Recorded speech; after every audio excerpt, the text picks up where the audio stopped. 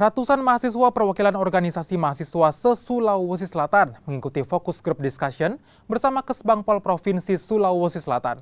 FGD sendiri menjadi wadah menyampaikan aspirasi mahasiswa bagi mereka yang berasal dari luar kota Makassar. Badan Kesatuan Bangsa dan Politik Pemerintah Provinsi Sulawesi Selatan menggelar fokus group discussion bersama mahasiswa di Hotel Gamara, Kota Makassar.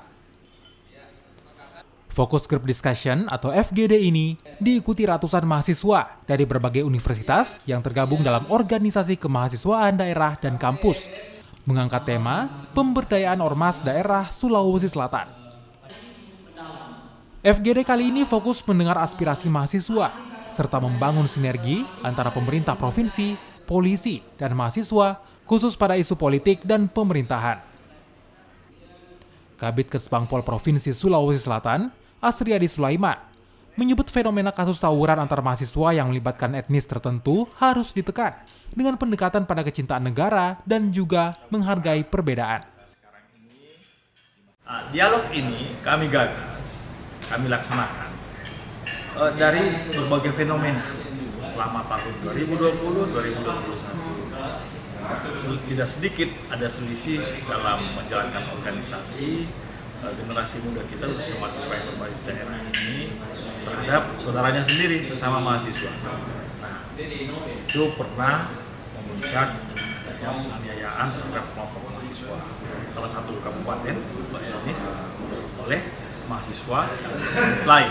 Nah, hari ini kami mengundang baik dari segi penanaman nilai-nilai Pancasila, upaya-upaya represif yang dilakukan aparat kepolisian, dan tentu kebijakan pemerintah terkait penanganan ke mahasiswa.